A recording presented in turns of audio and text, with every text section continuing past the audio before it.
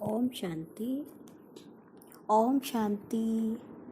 आज मीठे बाबा की 24 अप्रैल 20 के महावाक्य हैं। शांति के सागर प्यारे बाबा ने कहा, मीठे बच्चे, सर्वोत्तम युग यह संगम है। इसमें ही तुम आत्माएं परमात्मा बाप से मिलती हो। यही है सच्चा सच्चा कुंभ, जिसमें आत्मा का मिलन उस परम शक्ति परमात्मा के साथ ना, इसको कहते हैं आत्मा का मिलन, महाकुंभ। प्रश्न है, कौन सा पाठ बाप ही पढ़ाते हैं, कोई मनुष्य नहीं पढ़ा सकते? उत्तर है, देही अभिमानी बनने का पाठ एक बाप ही पढ़ाते हैं। यह पाठ कोई देहधारी नहीं पढ़ा सकता। पहले पहले तुमको आत्मा का ज्ञान मिलता है। तुम जानते हो, हम आत्माएं परमधाम से एक्टर बनकर पार्ट बजाने आए और अभी नाटक पूरा होता है। ये ड्रामा बना बनाया है, इसे कोई ने बनाया नहीं, इसलिए इसका आदि और अंत भी नहीं है। आज का गीत है, जाग सजनिया जाग, नवयुग आया कि आया। यहाँ परमात्मा पिता हम आत्मा रूपी सजनियों को अज्ञान नींद से जगा रहे हैं कि हे आत्मा सजनी जागो, नवयुग नई दुनिया आने वाली है। ओम शांति। बच्चों ने यह गीत तो अनेक बार सुना होगा। साजन सजनियों से कहते हैं, उनको साजन कहा जाता है जब शरीर में आते हैं, नहीं तो वो बाप है और तुम बच्चे हो। तुम सब भक्तियां हो, भगवान को याद करते हो। ब्राइड्स ब्राइड ग्रूम को याद करती हैं। सबका माशूक है ब्राइड ग्रूम। वह बैठ बच्चों को समझाते हैं, अब जागो, नया युग आता है। नया अर्थार्थ नई दुनिया सतयुग, पुरानी दुनिया है कलयुग। तो अब बाप आए हैं, तुमको स्वर्गवासी बनाते हैं। कोई मनुष्य तो कह न सके कि हम तुमको स्वर्गवासी बनाते हैं। सन्यासी तो स्वर्ग और नरक को बिल्कुल नहीं जानते। जैसे और धर्म है, वैसे सन्यासियों का भी एक और धर्म है। वह कोई आदि सनातन देवी देवता धर्म नहीं है। आदि सनातन देवी देवता धर्म की स्थापना भगवान ही आकर करते हैं। तो ये कोई नया धर्म नहीं है। वास्तव में देखे तो आदि माना शुरुआत, सनातन माने प्राचीन, देवी देवता माने देवी देवता। तो शिव बाबा उसी प्राचीन धर्म की फिर से पुनर्स्थापना कर रहे। बच्चे अपने दिव्य गुणों को पहचानो, उनको धारण करो, फिर से देवी देवता बन जाओ। जो नरकवासी हैं वही फिर सतयुगी स्वर्गवासी बनते हैं। अभी तुम नरकवासी नहीं हो। बाबा क्या कह रहे हैं, अभी हम बच्चे नरक में नहीं है, न स्वर्ग में है। अभी हम संगम युग पर हैं। संगम होता है बीच का। संगम पर स्वर्गवासी बनने का तुम बच्चे पुरुषार्थ करते हो, इसलिए संगम युग की महिमा है। कुंभ का मेला भी वास्तव में ये है सर्वोत्तम। इनको ही पुरुषोत्तम कहा जाता है ना। जो अभी चल रहा है इसको क्या कहें, पुरुषों में उत्तम बनने का समय। कुंभ का मेला, महाकुंभ, आत्मा का मिलन उस परमात्मा के साथ। तुम जानते हो, हम सब एक बाप के बच्चे हैं। ब्रदरहुड कहते हैं ना, सभी आत्माएं आपस में भाई भाई हैं। कहते हैं हिंदू चीनी भाई भाई, सब धर्म के हिसाब से तो भाई भाई हैं। यह ज्ञान तुमको अभी मिला है। बाप समझाते हैं, तुम मुझ बाप की संतान हो। अभी तुम सम्मुख सुनते हो। वह तो सिर्फ कहने मात्र कह देते हैं कि सभी आत्माओं का बाप एक है। उस एक को ही याद करते हैं। मेल व फीमेल दोनों में आत्मा है। इस हिसाब से भाई भाई हैं, फिर भाई बहन, फिर उसके बाद स्त्री पुरुष हो जाते हैं। समझ में आया? जब आत्मा रूप में है तो भाई भाई, ब्रह्मा की संतान बने तो भाई बहन, है ना। उसके बाद फिर जब संबंध होता तो स्त्री और पुरुष का संबंध दिखा दिया। तो बाबा आकर बच्चों को समझाते हैं, गाया भी जाता है, आत्मा परमात्मा अलग रहे बहुकाल। ऐसे नहीं कहा जाता नदियां और सागर अलग रहे बहुकाल। बड़ी बड़ी नदियां तो सागर से मिली रहती हैं। ये भी बच्चे जानते हैं, नदी सागर की कौन है? बच्ची है। तो सागर से पानी निकलता है। तो यहाँ हम सब ज्ञान नदियाँ शिव बाबा के बच्चे और बच्चियाँ। बादलों द्वारा फिर बरसात पड़ती है पहाड़ों पर, है ना। सागर से पानी निकलता है, बादलों द्वारा फिर बरसात पड़ती पहाड़ों पर, फिर नदियां बन जाती, वही पानी बह बह के फिर नदी में आ जाता है। तो सभी हो जाते हैं सागर के बच्चे और बच्चियां। बहुतों को ये भी पता नहीं कि पानी कहाँ से निकलता है। कहेंगे इंद्र भगवान जी पानी ऊपर से बरसाते हैं। अब वाटर साइकिल तो सबको पता है कैसे पानी सागर में वाष्प उड़ती है, ऊपर जाती है, फिर हाँ भारी होके पानी बरस जाता है, फिर वही पानी फिर सागर में पहुंच जाता है।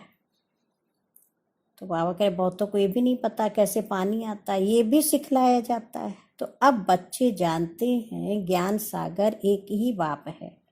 यह भी समझाया जाता है तुम सभी आत्माएं हो, बाप एक है, आत्मा भी निराकार है। फिर जब साकार में आते हो तो पुनर्जन्म लेते हो। बाप भी जब साकार में आए तब आकर मिले। बाप का मिलना एक बार होता है, इस समय आकर सबसे मिले हैं। यह भी जानते जाएंगे कि भगवान है। गीता में कृष्ण का नाम डाल दिया है, परंतु कृष्ण तो यहाँ आ न सके, वो कैसे गाली खाएंगे। ये तुम बच्चे जानते हो कृष्ण की आत्मा इस समय है। पहले पहले तुमको ज्ञान मिलता है आत्मा का, तुम आत्मा हो। अपने को शरीर समझ इतना समय चले हो, तो अब बाप आकर देही अभिमानी बनाते हैं। साधु संत आदि कभी तुमको देही अभिमानी नहीं बनाते हैं, वो सोल कॉन्शियस का ज्ञान दे ही नहीं सकते हैं। तुम बच्चे हो, तुमको बेहद के बाप से वर्षा मिलता है। तुम्हारी बुद्धि में है कि हम परम धाम में रहने वाले हैं, फिर यहाँ हम पाठ बजाने आए हैं। अभी ये नाटक पूरा होता है। यह ड्रामा कोई ने बनाया नहीं है, ये बना बनाया ड्रामा है।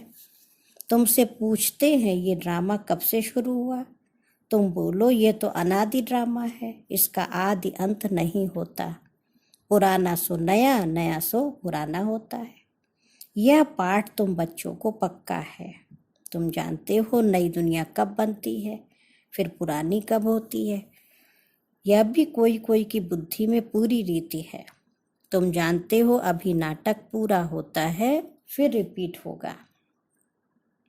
बरोबर 84 जन्मों का पार्ट पूरा हुआ। अब बाप हमको ले जाने के लिए आए हैं। तो बाप गाइड भी है ना, और तुम सब पंडे हो। पंडे लोग क्या करते, वो यात्रियों को ले जाते हैं, है ना, तीर्थ स्थानों पर पंडे होते हैं। अब वो है जिस्मानी पंडे और तुम बच्चे हो रूहानी पंडे। इसलिए तुम्हारा नाम पांडव गवर्नमेंट भी है, परंतु गुप्त। पांडव कौरव यादव क्या करत भय ना। इस समय की बात है जबकि महाभारत लड़ाई का समय भी है। एक तरफ परमात्मा से प्रीत बुद्धि बहुत थोड़े पांडव संप्रदाय, दूसरी तरफ परमात्मा से विपरीत बुद्धि भारत में ही कौरव संप्रदाय, और तीसरी तरफ परमात्मा से विपरीत बुद्धि विदेश में यादव संप्रदाय। तो युद्ध चल रही है। पांडवों को तो लड़ना नहीं है, वास्तव में युद्ध किसकी, कौरव आपस में ही लड़ रहे हैं। यादव अपने आप देखो पेट से क्या बुद्धि बल से एटम बम मिसाइल्स बना दिए, और भगवान के बहुत थोड़े बच्चे, उनकी लड़ाई है 5 विकारों से ना। तो बाबा कह रहे इस समय की ही बात है जबकि महाभारत का लड़ाई का समय भी है। अनेक धर्म है, दुनिया भी तमो प्रधान है। वैरायटी धर्मों का झाड़ सारा पुराना हो गया है। तुम बच्चे जानते हो इस झाड़ का पहला पहला फाउंडेशन है आदि सनातन देवी देवता धर्म, जो अभी बाबा स्थापन कर रहे हैं। सतयुग में थोड़े होते हैं, फिर वृद्धि को पाते हैं, ये किसको भी पता नहीं है। तुम्हारे में भी नंबरवार है। स्टूडेंट कोई अच्छा समझदार होते हैं, अच्छी धारणा करते हैं और कराने का शौक होता है। कोई तो अच्छी रीति धारणा कर ना सके, है ना। बाबा करे कोई तो अच्छी रीति धारण करते हैं और किसी को शौक होता दूसरों को भी कराने का। कोई मीडियम, कोई थर्ड, कोई फोर्थ, हर प्रकार के होते हैं। प्रदर्शनी में तो रिफाइन रीति समझाने वाले चाहिए। बाबा कह रहे वहाँ समझाते हो तो पहले पहले ये बताओ कि तुम्हारे 2 बाप हैं, एक बेहद का पारलौकिक बाप जो आत्मा का पिता, और दूसरा हद का लौकिक बाप। भारत को बेहद का वर्षा मिला था। भारत स्वर्ग था जो फिर नर्क बना है। इनको आसुरी राज्य कहा जाता है। भक्ति भी पहले पहले अव्यभिचारी होती है। एक शिव बाबा को ही याद करते हैं। बाप कहते, बच्चे पुरुषोत्तम बनना है तो जो कनिष्ठ बनाने वाली बातें हैं ना, उन्हें मत सुनो। बाबा क्या कह रहे, अगर पुरुषों में उत्तम श्री लक्ष्मी, श्री नारायण, देवी देवता जैसा बनना है तो जो नीची बातें हैं, गंदी बातें हैं, या हमारे अवस्था को नीचे गिराने वाली है, कनिष्ठ बनाने वाली, उन्हें नहीं सुनो। एक बाप से सुनो, अव्यभिचारी ज्ञान सुनो, माना केवल एक शिव बाबा से। और कोई से जो सुनेंगे ना, वो सब झूठ है। बाप अभी तुमको सच सुनाकर पुरुषोत्तम बनाते हैं। ईविल बातें तुम सुनते सुनते कनिष्ठ बन गए हो। देखो अवस्था कितनी गिर गई है। सोझरा है ब्रह्मा का दिन, अंधियारा है ब्रह्मा की रात। ये सब पॉइंट्स धारण करनी है। नंबर वार तो हर बात में होते ही हैं। डॉक्टर कोई 10,000 20,000 एक ऑपरेशन कर लेते हैं, और कोई को खाने के लिए भी नहीं है। ये तो कब की बात है, बाबा के समय 10-20 हज़ार, अब तो लाखों करोड़ों की बात होती है। एक एक ऑपरेशन का देखो कितना, टेस्टिंग में ही हजारों रुपया निकल जाता है, लाखों रुपया। बाबा कह रहे देखो ऐसे भी डॉक्टर है, किसी खाने को भी नहीं मिलता है। बैरिस्टर भी ऐसे होते हैं। हाँ, कोई को फटाफट भी नहीं होगा, कोई लाखों रुपया हजारों रुपया लेता है एक एक केस का। तुम भी जितना पढ़ेंगे और पढ़ाएंगे उतना ऊंच पद पाएंगे। फर्क तो है ना। दास दासियों में भी नंबरवार होते हैं। सारा मदार पढ़ाई पर है। अपने से पूछना चाहिए हम कितना पढ़ते हैं। भविष्य जन्म जन्मांतर क्या बनेंगे। जो जन्म जन्मांतर बनेंगे सो कल्प कल्पांतर बनेंगे। इसलिए पढ़ाई पर तो पूरा अटेंशन देना चाहिए। विष पीना तो एकदम छोड़ देना होता है। बाबा विकारों के लिए कह रहा है, पवित्र बनना है। सतयुग में तो ऐसे नहीं कहा जाएगा मूत पलीती कपड़ धोए। इस समय सबकी चोली सड़ी हुई है, तमो प्रधान है ना। यह भी समझाने की बात है ना, सबसे पुराना चोला किसका है, हमारा। क्योंकि सतयुग से चला आ रहा, फिर उसी मिट्टी में मिला, फिर बना। तो सबसे पुराना चोला जो देवी देवता घराने की आत्मा है, सतयुग से आ रही है। हम इस शरीर को बदलते रहते हैं। आत्मा पतित बनती जाती है, शरीर भी पतित पुराना होता जाता है। शरीर बदलना होता है, आत्मा तो नहीं बदलेगी। शरीर बूढ़ा हुआ, मृत्यु हुई, ये भी ड्रामा बना हुआ है, सबका पार्ट है। आत्मा है अविनाशी। आत्मा खुद कहती है मैं शरीर छोड़ती हूँ। देही अभिमानी बनना पड़े। मनुष्य सब देह अभिमानी है। आधा कल्प है देह अभिमानी और आधा कल्प है देही अभिमानी। देही अभिमानी होने के कारण सतयुगी देवताओं को मोह जीत का टाइटल मिला हुआ है, क्योंकि वहाँ समझते हैं हम आत्मा हैं, अब ये शरीर छोड़ दूसरा लेना है। मोह जीत राजा की भी कथा है ना। बाप समझाते हैं देवी देवता मोह जीत होते हैं, खुशी से एक शरीर छोड़ दूसरा लेना है। बच्चों को सारी नॉलेज बाप द्वारा मिल रही है। तुम ही चक्र लगाकर अब फिर आए मिले हो। जो और धर्मों में कन्वर्ट हो गए हैं वो भी आकर मिलेंगे, अपना थोड़ा बहुत वर्षा ले लेंगे। धर्म ही बदल गया ना, पता नहीं कितना समय उस धर्म में रहे हैं। 2-3 जन्म भी ले सकते हैं। अब कोई को हिंदू से मुसलमान बना दिया तो उस धर्म में आता रहेगा, फिर यहाँ आता है। तो ना कई मुस्लिम बच्चे भी बाबा के आते हैं ना, तो इसी धर्म के थे देवी देवता, और कुछ 1-2 जन्म में वो मुस्लिम धर्म में चले गए। बाबा कहे फिर वो यहाँ आएंगे।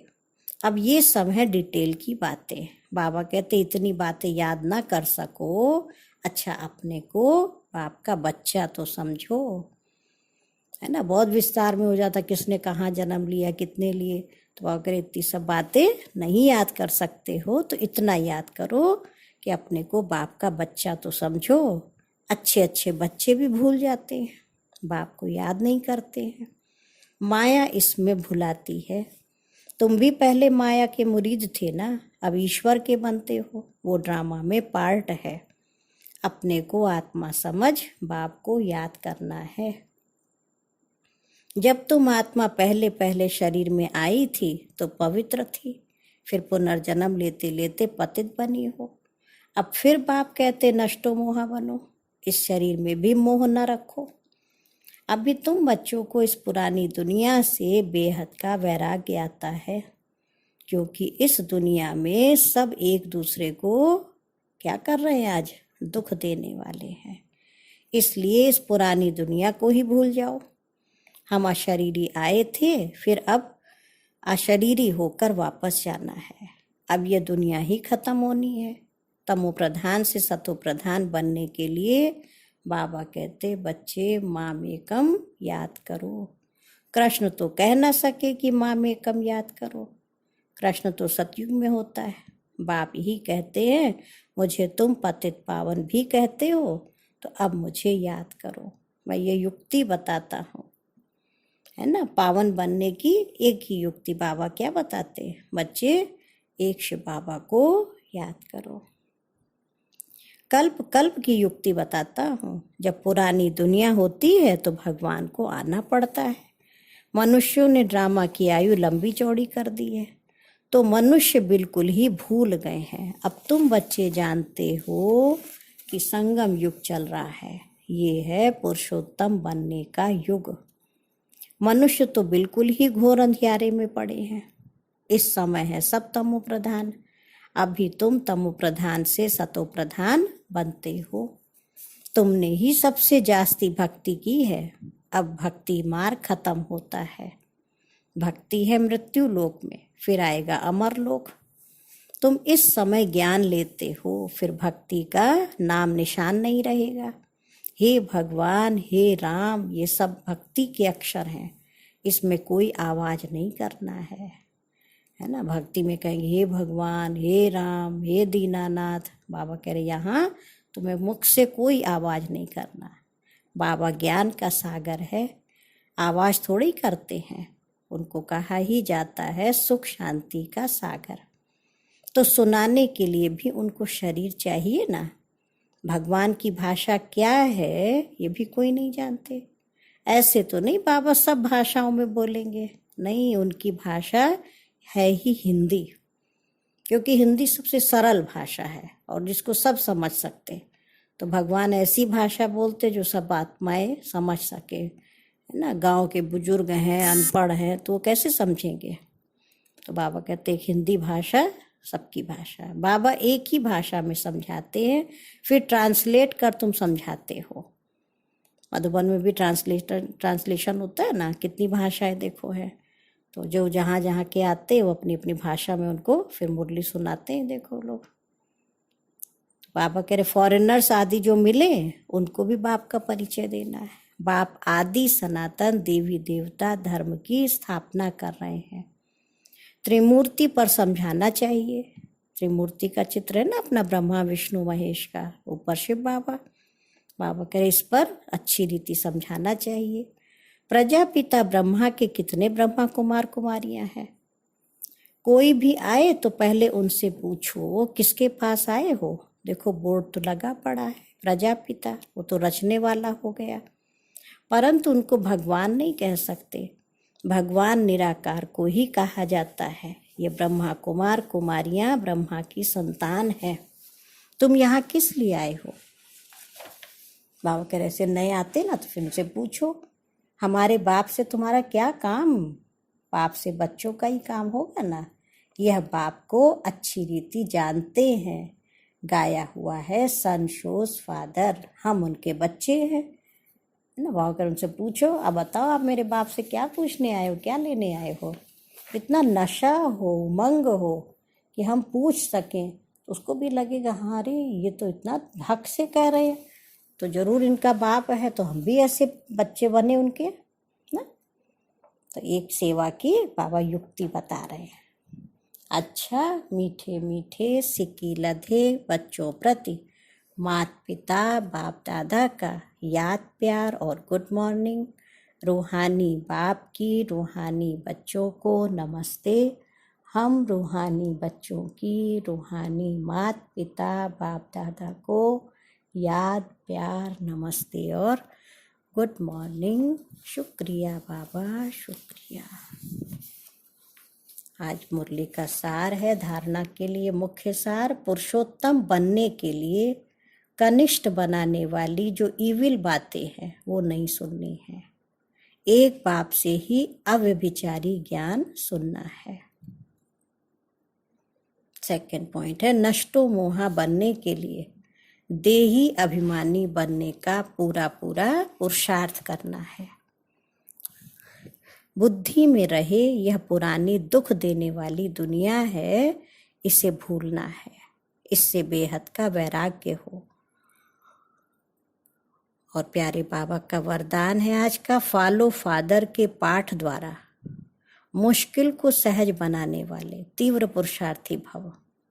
मुश्किल को सहज बनाने व लास्ट पुरुषार्थ में सफलता प्राप्त करने के लिए बाबा ने का पहला पाठ है फॉलो फादर, है ना। तो अंतिम पुरुषार्थ कौन सा? नष्टो मोहा स्मृति लब्धा। बाबा के इस पाठ में पास होने के लिए एक ही है फॉलो फादर। ये पहला पाठ ही लास्ट स्टेज को समीप लाने वाला है। जो ब्रह्मा बाबा ने किया, हमारी दादियों ने किया, हमारे आगे एग्जाम्पल हैं, तो उनको फॉलो करें तो लास्ट स्टेज को समीप ला सकते हैं। हर एक से मोह नष्ट, अपनी देह की दुनिया से भी। एक शिव बाबा दूसरा ना कोई। इस पाठ से अभुल एक रस और तीव्र पुरुषार्थी बन जाएंगे, क्योंकि किसी भी बात में मुश्किल तब लगता है जब फॉलो करने के बजाय अपनी बुद्धि चलाते हो। बाबा ने कहा जो मैंने किया बस तुमको करना है। हम अपनी बुद्धि लगाने लगेंगे तो पास नहीं होंगे। अपनी बुद्धि इतनी अच्छी होती तो अभी तक पास ना हो गए होते। इसलिए बाबा कह रहे अपनी बुद्धि नहीं चलाना। इससे अपने ही संकल्प के जाल में फंस जाते हो, फिर समय भी लगता है और शक्ति भी लगती है। अगर फॉलो करते जाओ तो समय और शक्ति दोनों बच जाएंगी, जमा हो जाएंगी। और आज का स्लोगन है सच्चाई सफाई को धारण करने के लिए अपने स्वभाव को सरल बनाओ। सच्चाई सफाई को धारण करने के लिए बाबा ने क्या कहा? अपने स्वभाव को सरल बनाओ। अच्छा, ओम शांति, ओम शांति, ओम शांति।